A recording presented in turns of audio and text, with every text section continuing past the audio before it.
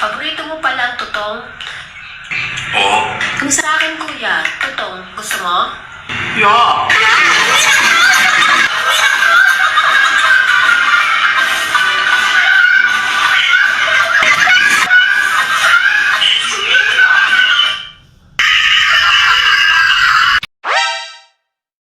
Oh, bayad ka na naman kasi manghod. Ba't mo naman kasi binunod agad, hindi pa nga ako tapos? Ubus na ako eh, ba't di ko bubunutin? Nakakainis ka naman eh. Sana pinatapos mo man lang ako bago mo binunod. Putang ina. Charger ko to eh. Sino charger mo? Tigil ko eh, ayaw